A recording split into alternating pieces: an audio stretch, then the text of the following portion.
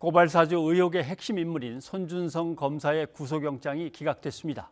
법원이 왜 이런 판단을 내렸고 앞으로 수사는 그럼 어떻게 진행될지 김성훈 변호사와 전망해 보겠습니다. 어서 오십시오. 안녕하세요. 예. 영장이 기각될 거라고 미리 얘기할 수는 없었지만 법원에 예단을 줄 수는 없으니까 기각될 걸로 보셨죠?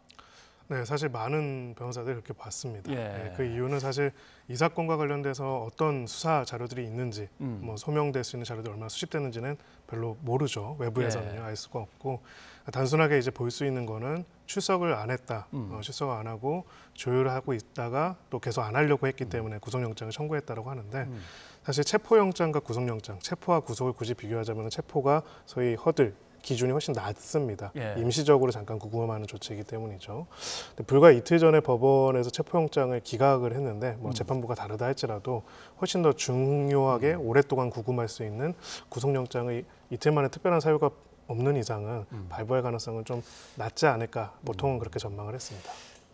다들 뭐 그렇게 생각할 거를 뭐 알면서도 공수처가 그래도 영장 청구를 한 건 뭔가 얻을 만한 실익이 있어서입니까?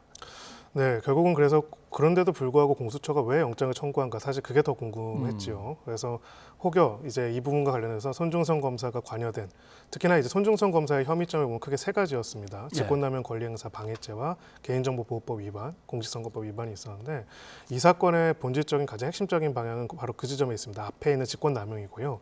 직권남용이 되려면은 자신의 직권에 해당되는 걸로 남용을 했어야 하고 그 말은 역으로 말하면 이 사건의 본질이 어떤 개개인의 일이 아니라 조직적으로 개입해서 고발을 했다. 예. 이 포인트가 있는지 여부를 보는 게 가장 핵심적인 부분이고 예. 그렇다면 굉장히 중대한 문제겠죠.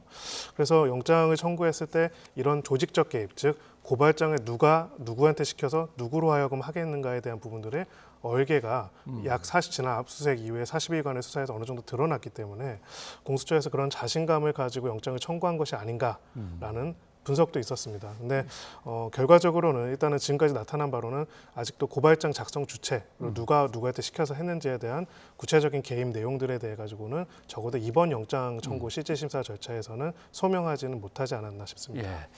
근데 영장을 담당한 판사의 결정문을 읽어보면 앞으로 수사에 성실히 임하겠다는 피의자 진술 등을 종합하여 이렇게 돼 있습니다. 자, 뭔가 정말 우리가 의혹을 이제 제기한 대로 고발을 사주하려는 검찰 내부의 어떤 움직임이 있었다면은 당연히 도망이 안 가겠지만 그렇죠. 거기에 남아 있는 자기들끼리 논의한 이런저런 어떤 증거물들을 인멸할 가능성은 있지 않냐? 증거 인멸의 가능성. 네. 판사는 뭘 생각했을까요? 열심히 성실히 임하겠다는 걸 믿고 한 걸까요? 네, 뭐 사실 이 부분에 대해서는 결국 그렇습니다. 그러니까 소환 지금 이 청구의 근거가 됐던 가장 중요한 배경 중에 하나는 조사에 성실하게 임하지 않고 계속 소환에도 응하지 않았다. 지금 손중성 검사는 처음부터 자신은 쓴 적도 없고 전달한 적도 없다. 손중성 검사가 이야기하는 대로의 사실관계대로는 사실은 손중성 검사의 진술에 따르면 사실관계 굉장히 단순한 것입니다. 그렇기 때문에 여러 가지 방어권에 대해서 고민할 필요도 없을 수도 있어요. 만약에 그 말이 맞다면요. 그런데도 불구하고 여러 가지로 계속 일정들을 늦추는 것이 결과적으로는 증거인멸의 시간을 벌고 또 외부적인 정치적인 상황을 이용하려는 것이 아니라는 게 공수처의 이번에 영장 청구의 방향성이었다면은 결국 이제 손 검사 쪽에서는 계속 그것이 아니라 그냥 분명히 며칠만 지나면 자신이 소환 조사에 응해서 할 것이었기 때문에 뭐 만약에라도 계속 그렇게 응하지 않고 증거인멸의 우려가 있다면 모를까 그 소환이 안 한 것만으로 증거인멸 우려를 바로 넘어가지 말아라 이렇게 한 것을 법원이 받아들여진 걸로 보이고요.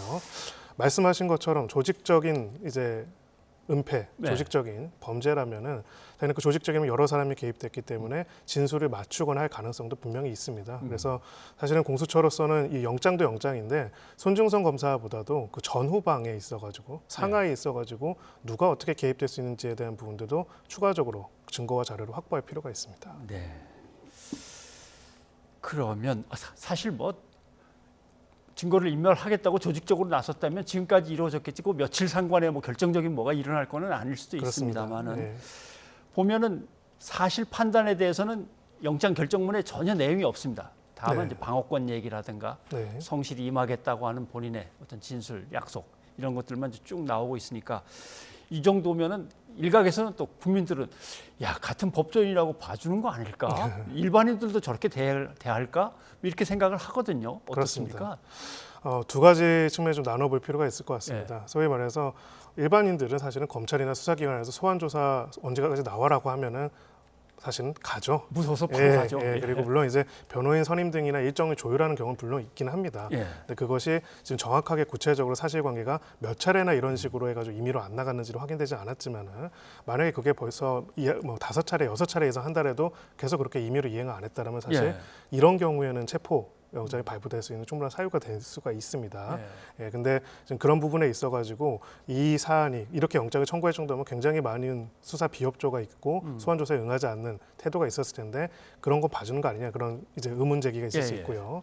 다만 이 부분은 사실관계를 확인해볼 필요는 있습니다. 두 번째는 이 사안의 중대성입니다. 사실은 영장 청구에 있어서 중요한 포인트 중에 하나가 사안의 중대성도 보게 되는 부분들이 있는데 결국은 법원으로서는 이 사건이 가지고 있는 사안의 중대성 부분과 피의자의 방어권 부분에 있어가지고 조금은 중대성 부분에 대한 고려들이 좀 이 사안에서는 방어권보다 낮게 본 것이 아닌가라는 그런 생각이 듭니다.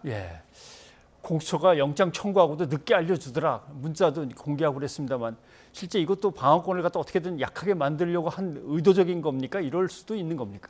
뭐 의도적으로 했다면 정말 문제이고요. 보통 이제 의도적이진 않았을 것으로 보이는데 통상적으로는 영장을 청구하면 바로 이제 통지를 하고 그리고 사유서 같은 것도 최대한 빨리 주는 편입니다. 왜냐하면은 영장 실질 심사에 임하기 위해서는 피고인이나 변호인 입장에서도 왜 지금 단계에서 영장을 청구하는지를 알고 준비할 시간은 필요하기 때문이죠. 그래서 사실 이것도 뭐 의도적이었다면 저는 오히려 미스였다라고 생각을 하고요. 영장을 청구를 하기 위해서는 결국은 이제 영장의 발부 여부는 방어권과 시체적 진실의 발견 필요성 두 가지의 싸움입니다. 그래서 충분히 방어권을 보장하는 걸 많이 배려했음에도 불구하고 이 사람은 지금 구속하지 않으면 시체적 진실이 오염될 수 있다는 것들을 소명해가지고 영장을 받아내야 하는 것이거든요. 그 부분에 있어가지고 혹시 절차적인 미비가 있었다면 그 부분은 좀 실책이 아닐까 싶습니다. 어차피 뭐 곧 소환돼서 조사를 받겠죠. 근데 뭐 애당초 아무것도 한 게 없다고 하는 혐의를 모두 부인하는 상황이라 온다 한들 뭐 의미가 있는 조사가 이루어질지는 잘 모르겠습니다. 네, 가령 이제 뭐 극단적으로 손중성 검사가 자기가 그냥 고발장을 써가지고 전달했다라고 하게 되면 일단 직권남용은 해당이 되지가 않습니다. 사실 이 사건에 있어서 본질적인 의문점 그리고 정말 문제가 될 수 있는 부분은 조직적 개입이기 때문에 조직적 개입이라면 당연히 손중성 검사 개인이 아닌 여러 검사들이 관여됐을 가능성을 제기를 하는 것이거든요. 그 부분에 대해서 사실은 공수처가 이 본인의 진술에 의존할 건 어차피 없으니까 어떻게 자료를 찾아내고 증거를 찾아내는지가 앞으로의 수사의 성과의 방향을 결정할 것이다. 이렇게 생각합니다. 그러면 공수처는 이제 수사 방향이나 준비를 어떻게 해야 될 겁니까? 두 가지 방향으로 가야 할 것입니다. 하나는 이제 이 손중성 검사 내외 이 사람이 이제 결국은 검찰이란 조직의 일원으로서 이것을 했다라는 것이 공수처의 지금까지 수사 방향의 기본적인 방향이라면은 다른 검사들이 있겠죠. 어떤 역할들을 하고 이 사안에서 어떻게 하고 있는지에 대한 수사들을 진행하는 것이 하나가 필요할 것이고요. 손검사 자체는 완전히 부인하고 있으니까요. 또 하나의 흐름은 사실 어찌 보면 좀 더 증거가 많이 확보된 걸로 보이는 김웅 의원과 조성은 씨 관련된 부분들이 있습니다. 결국은 지금 고발 사주 의혹의 어떤 얼개는 야당 쪽에서 일종의 정치적인 기회 가지고 검찰 수뇌부와 교류를 해가지고 교통을 해서 이 고발 사건을 만들어내고 수사를 하려고 했다는 것이 지금 문제를 제기하는 쪽에서 일반적으로 하고 있는 구조인데 그렇다고 한다면은 사실은 그 내용을 제일 잘 알고 좀 관련된 내용들에서 많은 진술이 확보된 사람은 녹취록이지만은요. 김웅 의원입니다. 그렇기 때문에 뭐 국감 때문에 지금 소환 조사를 안 하고 있다고 하는데 김웅 의원에 관한 조사를 통해 가지고 이 내외의 경위 특히나 정치권과 검찰 사이에 이 고발 사주에서 무슨 이야기들이 오갔는지를 꼭 확인해 볼 필요가 있고요. 김웅 의원으로서도 정치인이잖아요. 그리고 공직자기도 하죠.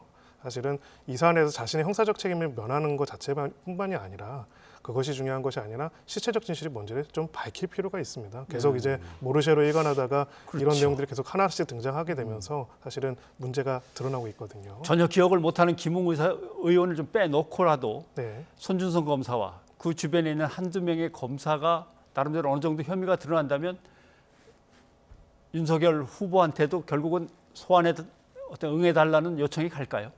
그럴 가능성이 있습니다. 이제 결국은 상하의 일종의 구조를 만들어 보고 그것이 있다라고 한다면 그것이 소환이 가능할 것으로 보입니다. 결국 이제 말씀드린 것처럼 고발 사주의 핵심적인 내용은 조직적 개입이 있었느냐의 부분이고 그렇다면은 손중성 검사가 누구한테 시켰는가 또 손중성 검사가 누구로부터 이 내용들을 묵인 혹은 승인받고 지시를 받았는가 하는 부분이기 때문에 그 부분에 대한 물적인 증거들을 결국은 확보를 해야만 그 다음 단계로 넘어갈 수가 있을 겁니다. 네, 알겠습니다.